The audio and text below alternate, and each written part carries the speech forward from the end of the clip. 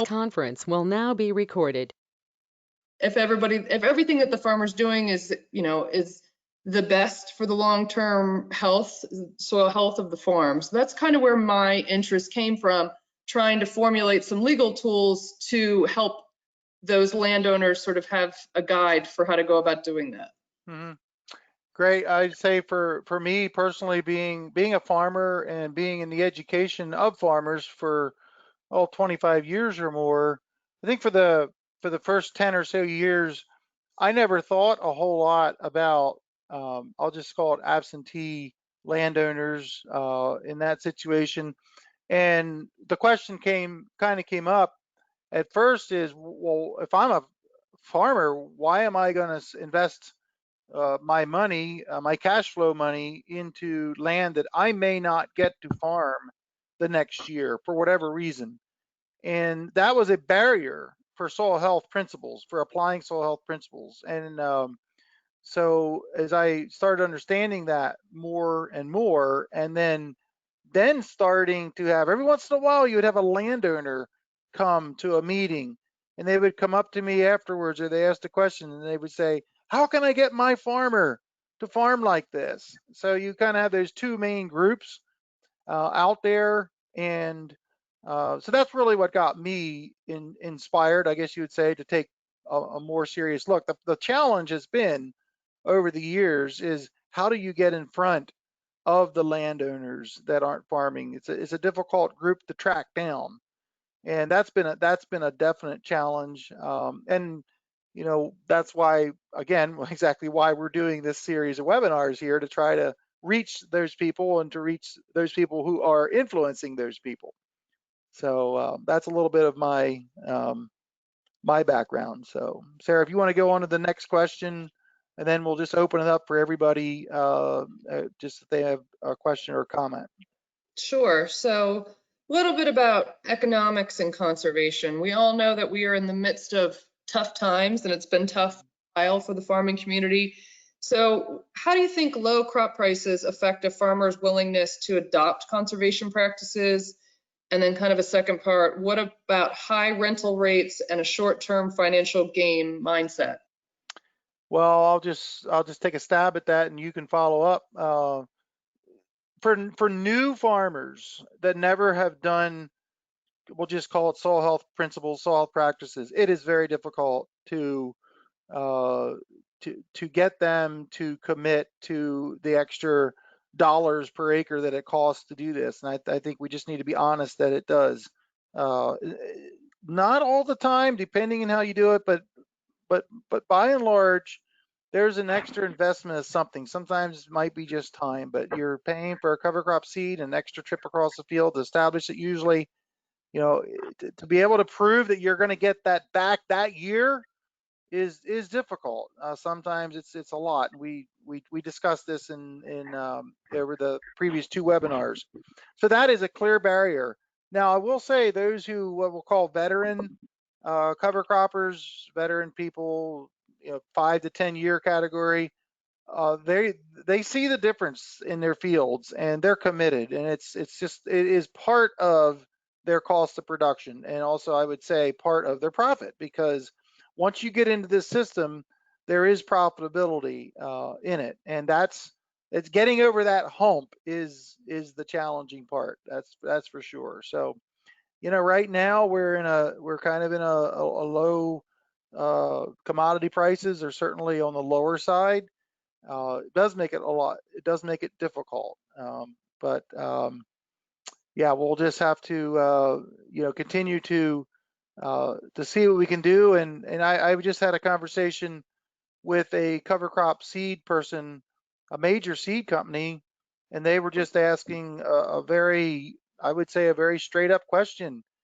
Can we lower the cost of cover crop seed anymore, or anything like that? And there comes a point where you cannot lower anymore. There are tactics to do a good job, and I still say, and I think one of my slides was, the profit is in the management, and how we manage this stuff is really, really important to make this work. So I think, Sarah, there was a second part of that question, which I'm not sure if I remember what it is. What about high rental rates and Oh a yeah. short-term financial gain mindset? Yeah, that's a big challenge. And it comes back to the landowner and what their objectives are. If their objective is to get the highest rental rate, that's a difficult, I'll say, nut to crack in the context of using soil health principles and so forth. Because you probably don't have the assurance of even having that land the next year. So there again, as we discussed, having a conversation with that person, I think, and explaining to them what you're trying to do, and hopefully work out some sort of an agreement. And Sarah provide a lot of, I'll say, ideas, and I don't think you would call them templates, but at least experiences of what people have done in that regard. So the high rental rate thing is definitely a barrier, and it's not a quick answered question how to overcome that. I don't know, Sarah, you probably have a little bit more insight on that, so why don't you give your perspective?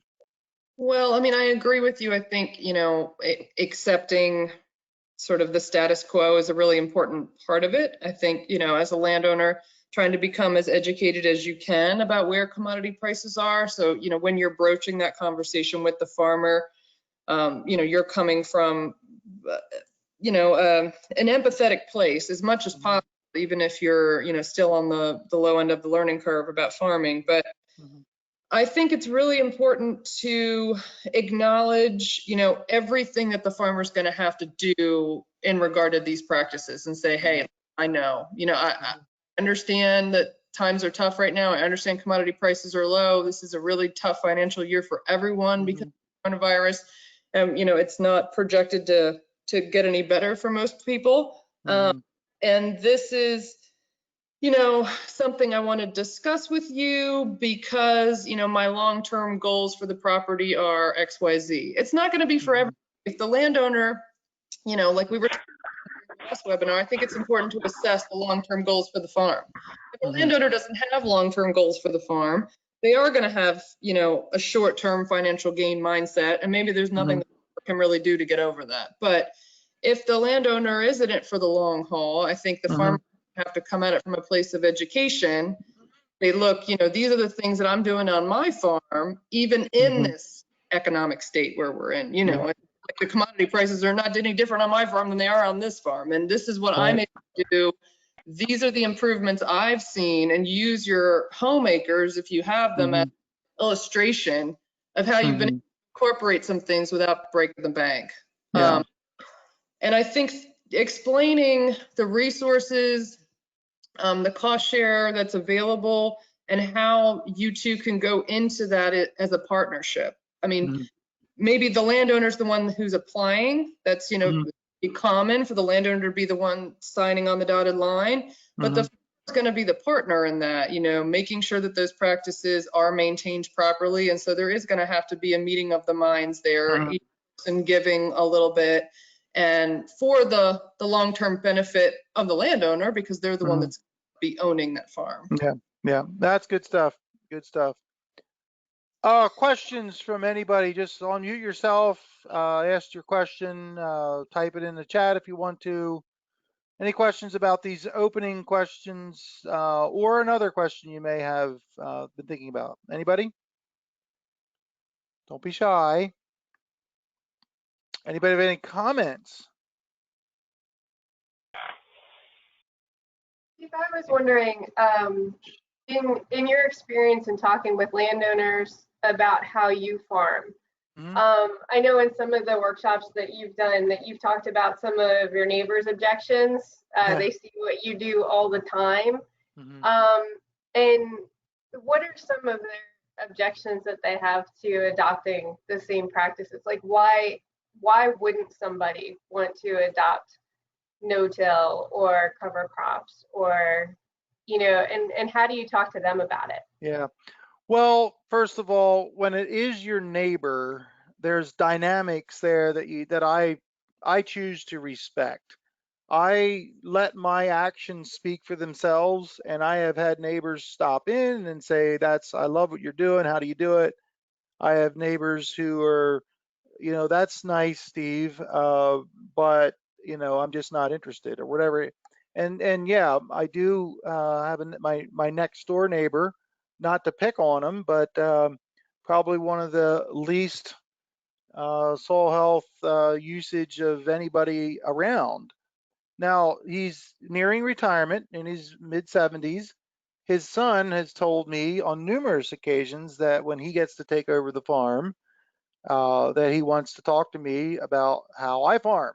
He kind of knows, but the specifics. So that's going to require a generational change in that farm.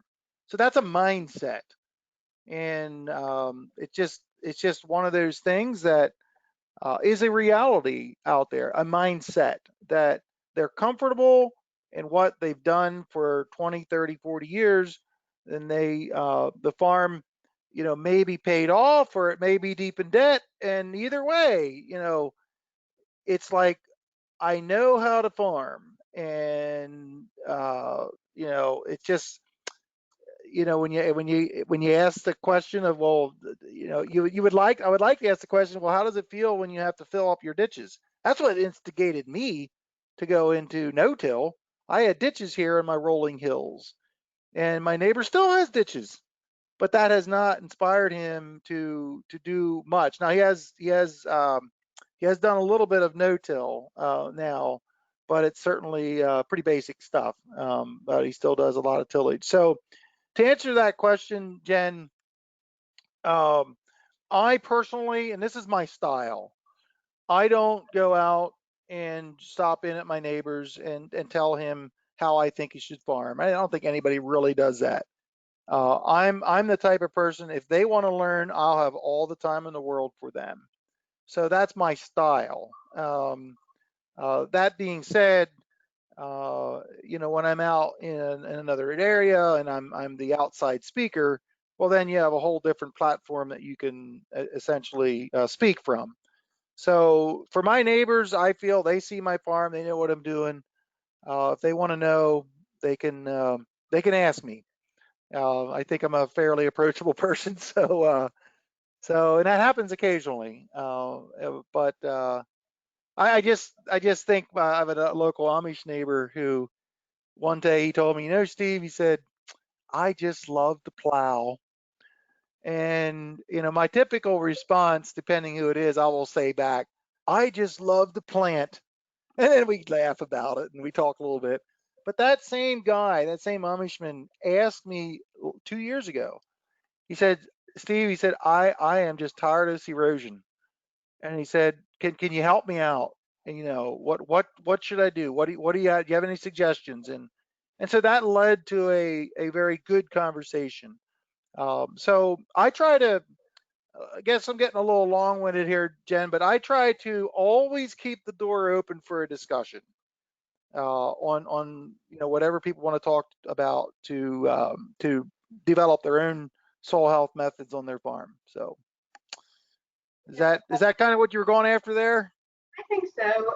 It just, there's some barriers that I think some landowners have, just not being familiar with different kinds of agriculture. So with my family in particular, they owned a farm in North Dakota, and they had this image that a good farm was a very clean farm. So you talked about your Amish neighbor that like to till and like to see, bare dirt, and it smells great, and just kind of like, so it would take somebody explaining it to my family, I think, to expect that a farm that uses these practices, that uses no-till, that uses cover crops, that it would look different than what they think of as a well-managed farm. No, go ahead. I thought you were done. Go ahead. No, I am. Okay, so they know what you do, right? Your family. So how do you deal with your family? This was before I was before we had a mutual awareness. They were kind of so disconnected from their farm that it didn't filter its way down to me. So I didn't have any sphere of influence on the decisions that they were making because I didn't even know we still owned the farm. Gotcha. Yeah. And I'll just finish it. I'll just finish this topic up here by saying that in my the first webinar that I did, where I have a total of 5 neighboring landowners. These are not farmers; they're landowners that rented their land out. I've had 5 over the last span of 10 years now who approached me saying they want me to farm their land because they know that I'll take care of it. That's essentially what they said. So as I said earlier, that's not going to happen in every area, and it was small pieces here and there, a total of 100 acres, not a lot. But it meant something to me that they came to me and they wanted me to manage it because they saw what I did. So. So Steve, we got a question in the chat. A farmer wants to use bloom compost on your farm to increase his crop yield. How would you respond? Bloom compost is a Class A biosolid, if I'm correct on that. Well, so bloom compost, that's a new one. So you're saying that's biosolids? Is that what it is, Sarah? Yes, yes. Okay. Well, I'm familiar with Class A quality biosolid. It's from the DC, from a wastewater treatment plant in DC. Well, I would first of all want to see some tests of that product to see what's in there. The concern always is heavy metals. I'm assuming what we're talking about here, that it may be pretty good, but I would want to know a little bit more about the company and you know what is in that product. I'm aware of some of that. Actually, I got some maybe similar type product. A neighbor was getting some in, getting it hauled in here, and I actually got a little bit myself, but I was a little uncertain about it. It looked good, it tested good, but I don't know. I would be cautious. Do your homework. And again, if it's one thing to grow vegetables, it's another thing to grow corn or soybeans, because vegetables is kind of the plant is directly consumed by people, and corn and soybeans are usually filtered through an animal, if I can say that. So I don't know. I would be cautious. I would not say no, because I do believe nowadays, I'll say that, that some of these treatment plants do a pretty good job. And on the flip side, if we care about the environment, obviously we as human beings have waste. So what do we do with it? Can we properly put that back on our fields where food is grown? And I would say the answer is yes, but make sure that you know what you're doing in that. So I don't know, maybe someone else has opinions on it, but that's a very good question, Barry. I appreciate you brought it up. It's not one of those yes or no questions. It's like, it depends. And I don't know if you can have access to testing. To me, I would want to see pretty comprehensive tests and maybe even talk to other farmers who have used it. And that would always be helpful in my mind. If they use it for a couple years, and was there any negative effects? Anybody else want to comment on that?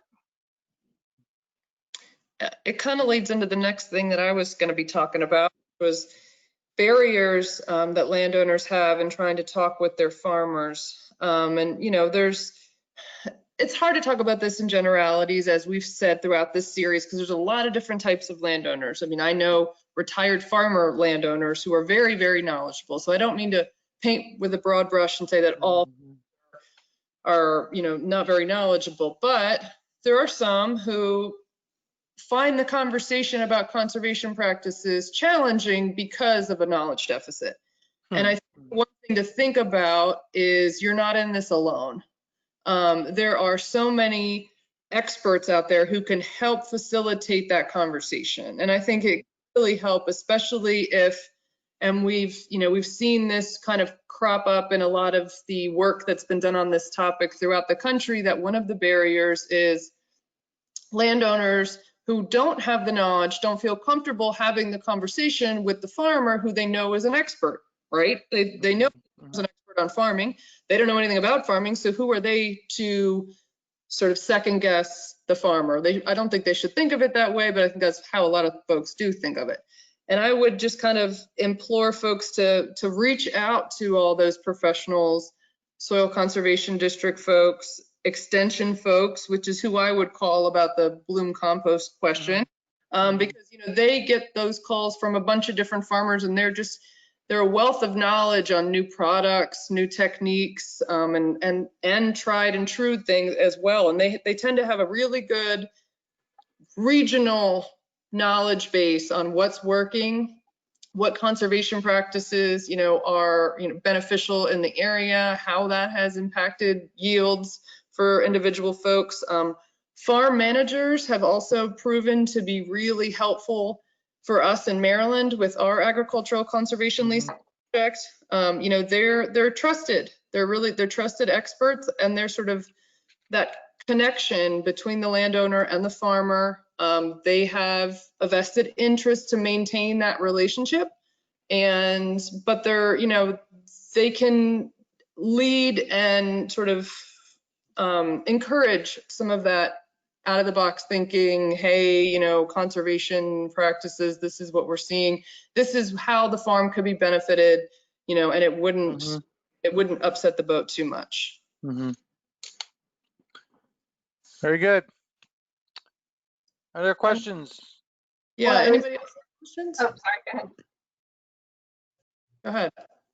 I was just thinking, I'm listening to a conference this week, and one of the speakers is from a soil conservation district who talked about he has an annual visit from a landowner. You know, they come in once a year to visit with their farmer, and apparently they make a visit to the conservation district to talk to them about the farm as well, and how it's, I think, progressing in its conservation plan, and that was something that I had not heard before, but I thought was just a neat idea, and, you know, kind of refreshing to hear, you know, that there was somebody that was making use of that and kind of touched base on a regular basis when he talked to the farmer as well.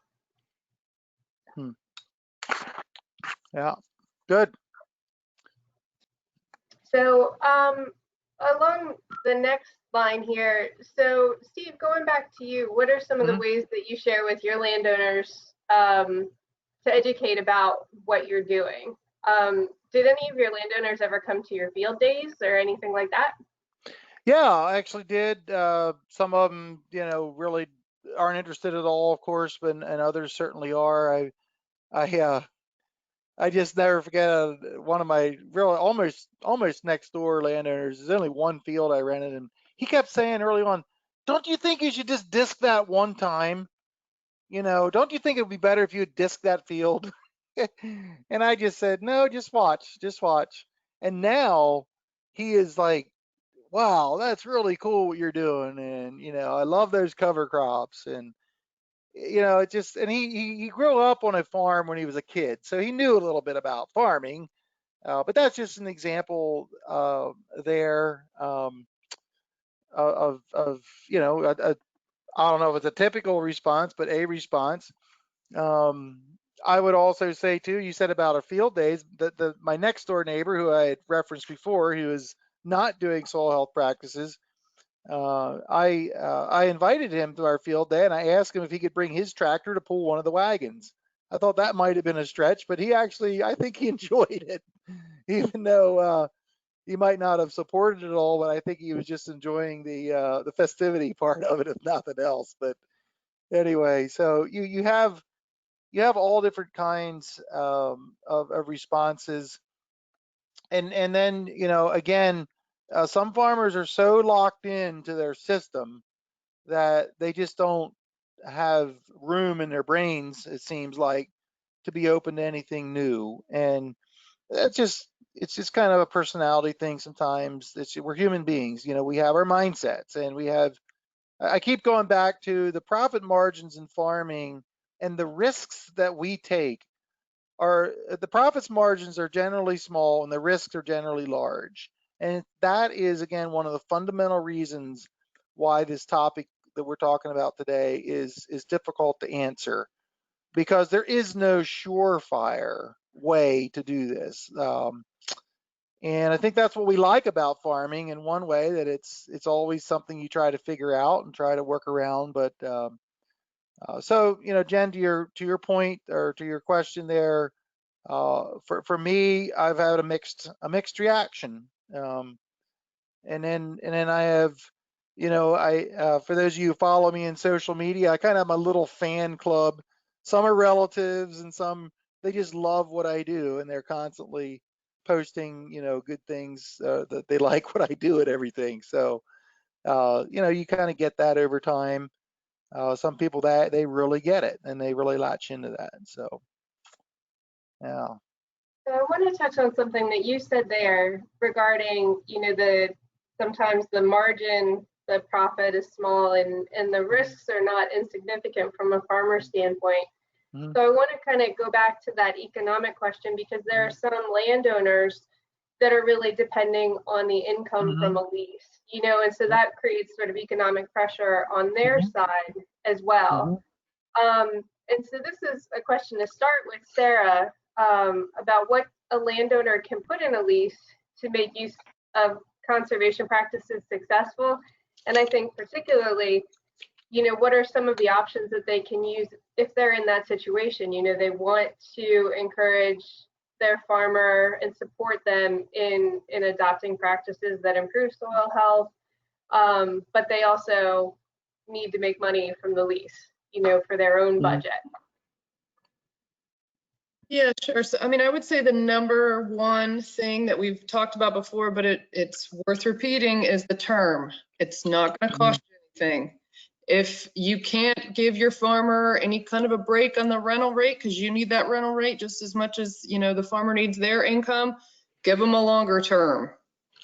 Have the conversations about your long-term goal for the farm, and give that farmer as much assurance as you can that they're going to be on that property for longer than a year. You know, give them 3 to 5 years. And I just think it's the benefits, I mean, in most cases are going to show up, you know, that you're giving that person assurance. And I mean, in these times, assurance is something all of us need more of. And so you're really investing in that farmer. I don't think the lease has to be complicated. You know, I talked about a lot of different things last time. I think one thing I didn't really touch on, but is a really important concept within leasing, is that sometimes people sign a lease and they think it's sort of, okay, I did it. You know, I listened to that person tell me that I should sign a lease, and so it's signed, it's on the shelf, it's collecting dust, and I don't need to worry about it anymore. And I would really encourage people to think about leasing as it's a living document. That lease is really supposed to be reflective of what's going on that farm. So I would encourage people to agree to revisit it annually. And like you were saying, Jen, you know, maybe for the people involved, that would be more comfortable if you went and sat down in a soil conservation district. Maybe for other people, it's as simple as walking around the farm together once a year.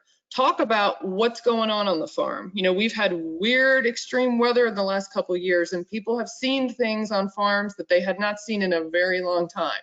So there could be new issues that need to be addressed. And there could be things in the lease that just, you know, from the farmer's perspective, just frankly didn't work out. And, you know, they shouldn't be held to standards that don't actually make sense for them and their farming business. And so a landowner needs to be receptive to that. Those two people need to be in communication. If things aren't happening, amend the lease. It's not difficult to amend a lease. Just get out a pen, cross through things, initial, and you've amended it. And it's better for you because it's a legal document that actually reflects what you've actually agreed upon, what's the deal, and what's currently working for the farm. So I think not just initial communication, but continued communication is really going to be a key to making this work in the long run. Good point. Thank you. From the perspective, once somebody has tried conservation practices, once they've installed a conservation practice, is there anything that farmers and landowners can do to make sure that those practices become permanent features of the farm? You want to take that, Sarah, or? I mean, all I would really have to say about that is just Forget about the maintenance. I know I touched on that a lot, but that's the number one thing I hear from farmers in my part of the world is that the landowners get really excited about a practice and maybe they go and apply for the cost share and they're happy to see it be put in, but they quickly forget about the time and the amount of work the farmer has to take on for the maintenance. So I would say as a landowner, have that conversation and continue to have it about, how's the maintenance of this going? How much time is it taking you? How is that impacting everything else you've got going on? And so if you want it to stay, don't underestimate the work that the farmer has to do to maintain it. Mm-hmm. Yeah, and I agree. I agree to that, Sarah. And also, as you were speaking, I was thinking how some of the government programs that can come in and support, sometimes they need to be shared between the landowner and the farmer. And that just is another part of a discussion to have, because there is funding available out there for a lot of these projects and a lot of these practices that can be done. So it's just, kind of throwing that in the mix too, I guess is important to note here, just as in a review session. Yeah, definitely. And those things are not quick, not a surprise. No offense to our government folks, but government programs don't turn on a dime. So if something you want to consider, and I agree, there's great programs and opportunities, but it's going to take some lead time, so don't wait until the end of the year to try to go in and talk to the folks at the Soil Conservation District or FSA about that stuff. I would explore it sooner rather than later.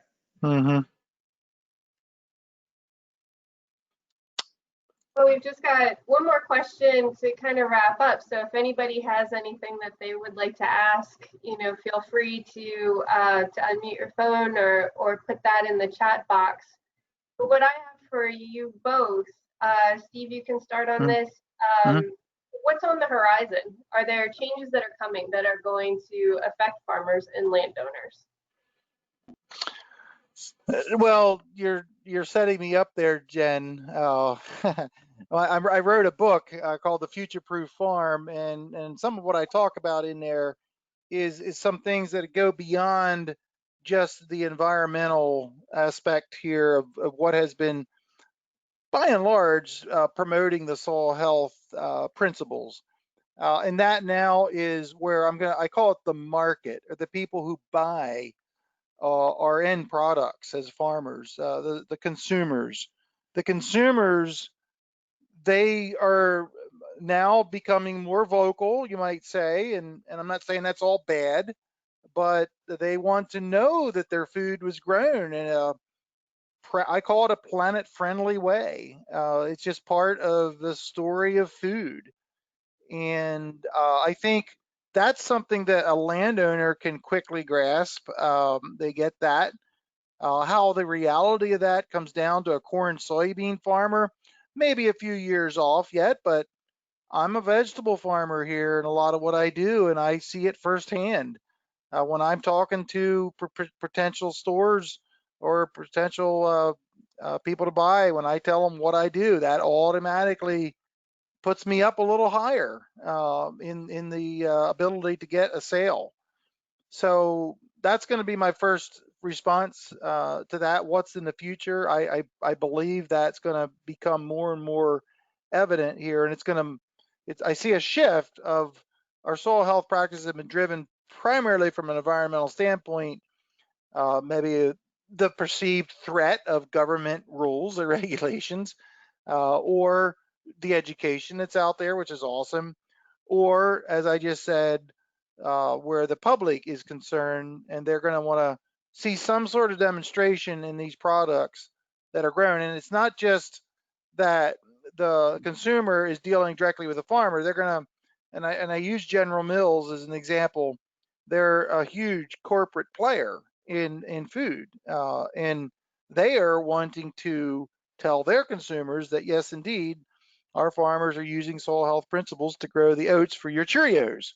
I mean, I'm simplifying it, but that's becoming more.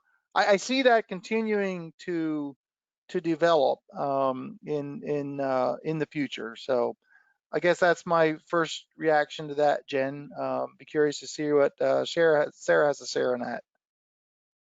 No, I agree with you 100%. I think there's new markets, like you were saying, for these types of products. I think the farm is going to take on a branding, so to speak. I think the farmer is going to be sort of branded in how what kind of a farmer are you? You know, what methods do you implement? And if you're a tenant farmer, you'd be able to bring that to the farm, and that's going to be valuable, right? Because you're going to turn a previously conventional farm into a farm that is now going to be farmed in a, you know, air quote, sustainable way, a regenerative way, however the food company wants to bill it. And I think there's also markets that are opening up, like carbon sequestration markets, even things like forest mitigation banking. There's a lot of things on the horizon that I think that farmers and landowners will be able to work together. And I think, I'm hoping, and maybe optimistic, I think it's going to be mutually beneficial for both parties. I mean, I think it would ultimately, you know, make the land more valuable, and you know, an open farm to maybe being a little bit more receptive, even in tough economic times, with implementing the innovative, sustainable practices. You know, if ultimately it's gonna show up on their bottom line. So I think you're right. The consumers are driving it. Big companies are driving it, and it's gone beyond personal environmental ethics, and really kind of taken on a global marketing perspective that I think it is really interesting. And for commodity farmers, like you said, it will be interesting to see how this all plays out. But I think it's ultimately going to be positive, hopefully. Yeah, and I'll just bring up the carbon credits, the carbon whatever. There's all kinds of carbon talk right now. I'm glad to see that. My fear is if farmers are going to get $20 an acre per year, or let's just say $10 an acre per year for carbon credit, is that going to just drive the rent up that much? And then it's kind of a neutral thing for the farmer. I don't know. I'm just saying that could happen. I know, I think I can say this for a fact, when crop insurance really got used by a lot of people, the price of rent went up because farmers could justify it. And then it makes you ask the question, well, did that really meet its intended purpose? I don't know. But I will say I like the carbon, what's going on with carbon. I continue to see more and more, and it's not rapid, but as the months tick away here, I see other people involved in carbon credits, carbon whatever. And I think that's going to continue because it's pretty much a worldwide, shall I call it, a topic right now. You know, we could talk about CO2 emissions and carbon, and I'll just leave it at that. But there's something out there, and that I would say stay tuned to that. I'm certainly supporting it, but also I'm also saying too that, you know, is it going to turn around to not be a gain if it actually drives up rents more? So I don't know, Sarah, if you have an opinion on that, I wouldn't mind hearing it on that carbon, or anybody else. I get what you're saying on that.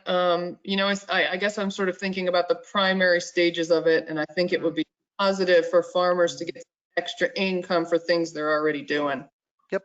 Yeah, I totally support that. Yep. Yeah. Are there any other questions?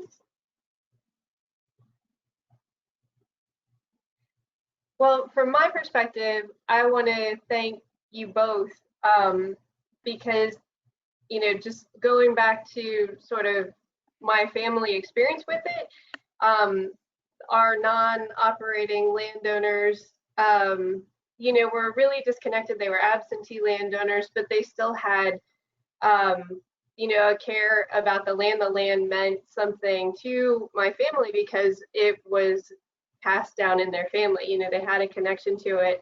And I think that you guys have both spoken into and given a lot of tools for lots of different kinds of landowners, you know, whether they have a lot of familiarity with their land or a little bit and they need some more help, you know, just in terms of what you've talked about with the practices, the importance of communication, the lease considerations that someone has and can look at, the resources that they can go to, you know, that really kind of everything that somebody needs in order to work with their farmer to protect their investment, like we started with for the title of the webinar series, but really kind of like how to work with your farmer so that they're treating your land as well as they treat their own land in a way. You know, so I just wanted to say thank you to both of you for sharing your expertise these past few weeks.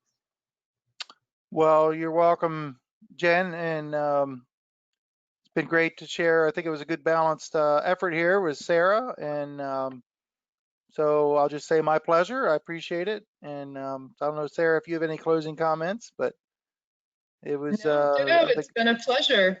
Yeah. Okay. I see a chat come in here. Thank you, Elizabeth. Appreciate her insights. Great. Well, thank you all. I'll just say one last time. Any other comments? Well, very good. We'll get this recording out, and appreciate all who joined this evening and the other webinars, and just keep on doing your thing wherever you're at, trying to spread the message to help farmers and landowners to be able to deploy, I'll say, soil health methods on the land. So working with farmers to protect your investment. That was the title, and I like the your land and the long view. So that's what we're really talked about here these past 3 weeks, and we'll see how we can change the landscape here in years to come. So thanks everybody for joining us. Thanks, everybody. Thank you.